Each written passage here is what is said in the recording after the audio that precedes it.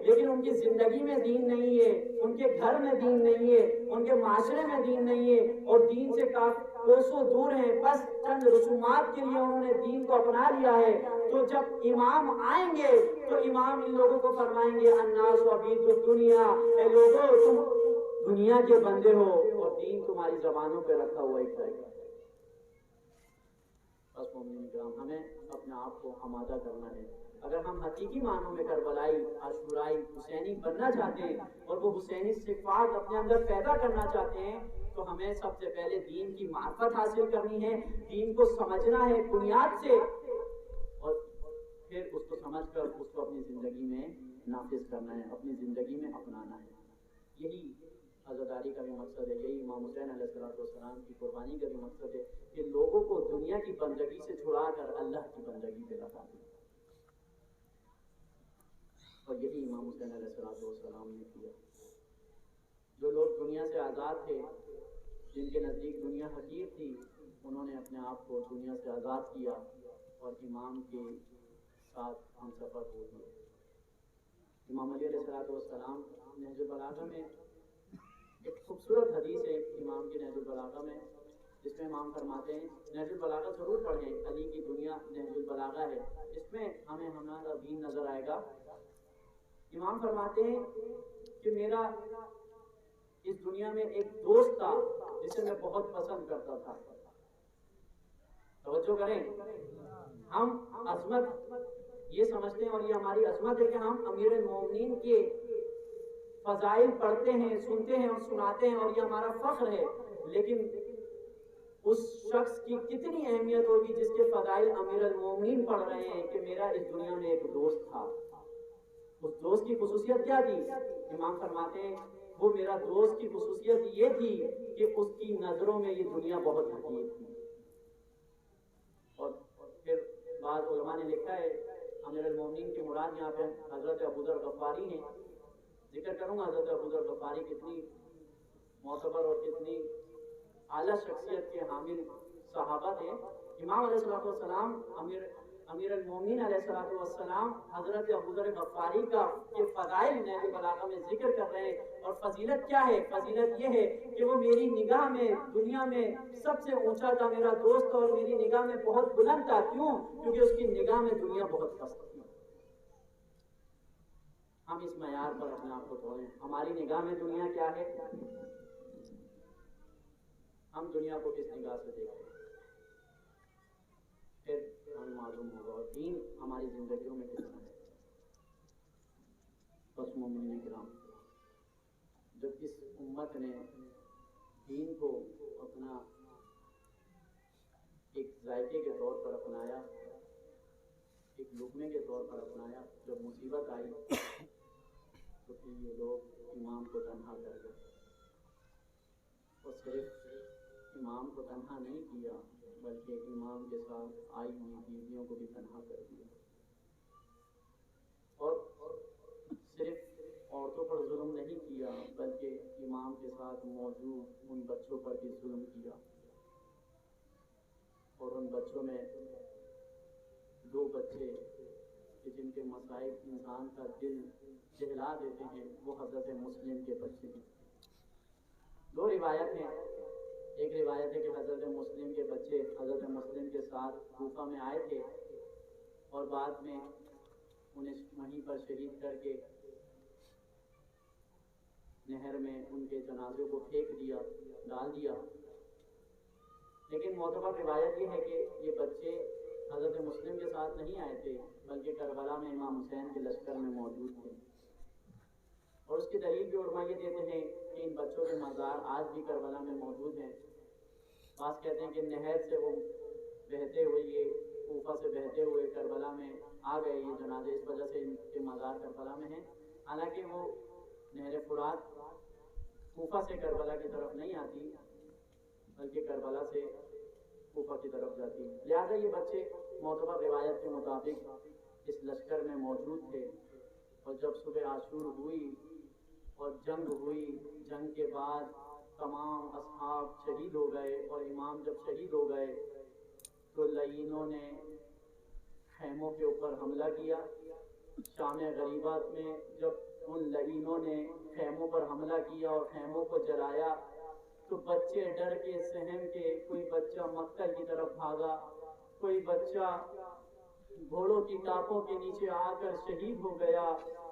جب شام غریبہ میں ان لوگوں نے لوٹ مار ختم کی تو جناب ام کلثوم اور حضرت زینب اپنے بچوں کو ڈھونڈنا شروع کرتی ہیں، تو کوئی بچہ گھوڑوں کی ٹاپوں تلے آ کر شہید ہو گیا، کوئی بچی اب کسی لاشے سے لپٹ کر رو رہی ہے، لیکن دو بچے حضرت مسلم کے نہیں ملتے۔ عزادارو، میں کہوں گا جو بچے ماؤں کے سامنے شہید ہو گئے، ماؤں کو ڈھارس دی کہ ہمارے بچے شہید ہو گئے، لیکن اس ماں پہ کیا گزری ہوگی کہ جس کے بچے نہ شہید ہوئے نہ کربلا کے میدان میں نظر آ رہے ہیں۔ اس ماں کو بہت فکر ہوتی ہے کہ میرے بچے کیسے ہوں گے، کس حال میں ہوں گے، کیا ظلم ہو رہا ہوگا۔ عزادارو، جب ان لعینوں نے لوٹ مار کی تو یہ دو بچے کربلا سے دور بھاگے اور کربلا سے اتنا دور نکل گئے کہ راستے میں ان کی آنکھ لگ گئی۔ جب صبح اٹھ کے دیکھا تو قافلہ موجود نہیں ہے، کربلا سے دور ہے۔ اب بچے حیرانی اور سرگردانی میں شہر کا رخ کرتے ہیں، دیکھتے ہیں کہ ایک عورت کنویں سے پانی نکال رہی ہے۔ جب عورت نے دیکھا کہ دو معصوم بچے موجود ہیں تو آتی ہے، ان بچوں سے پوچھتی ہے، بچے تم کون ہو؟ بچے کہتے ہیں اگر تم ہمیں مارو گی نہیں تو ہم بتاتے ہیں ہم کون ہیں۔ کہا کہ ہم مدینہ کے رہنے والے ہیں۔ عورت کہتی ہے کہاں مدینہ، کہاں کوفہ ہے، بچوں تم آخر ہو کون؟ کہا ہمارے بابا حضرت مسلم کو کوفیوں نے شہید کر دیا، ہم حسین کے قبیلے سے تعلق رکھتے ہیں، ہمارے تمام مردوں کو شہید کر دیا، ہماری عورتوں کی چادریں لوٹ لی، ہم وہاں سے ہجرت کر ادھر آ گئے۔ عزاداروں، وہ عورت اہل بیت کی چاہنے والی تھی، بچوں کو پیار کرتی ہے، بچوں کو لے کر آتی ہے اور کہتی ہے بچوں گھبراؤ نہیں، میں تمہیں کسی قافلے کے ہمراہ کر کے واپس مدینے پہنچا دوں گی۔ بچوں کو واپس گھر پہ لے کر آتی ہے، بچوں کو کھانا دیتی ہے، بچے کھانا کھاتے ہیں، نماز پڑھتے ہیں، اتنے میں بچوں کی تھکاوٹ سے آنکھ لگ جاتی ہے کہ بچے خواب میں دیکھتے ہیں کہ نانا رسول آئے ہیں، دادا علی آئے ہیں، بابا مسلم آئے ہیں اور سب کہہ رہے ہیں بچوں بہت تھک چکے ہو، اب تمہارا ہمارے پاس آنے کا وقت ہو گیا ہے۔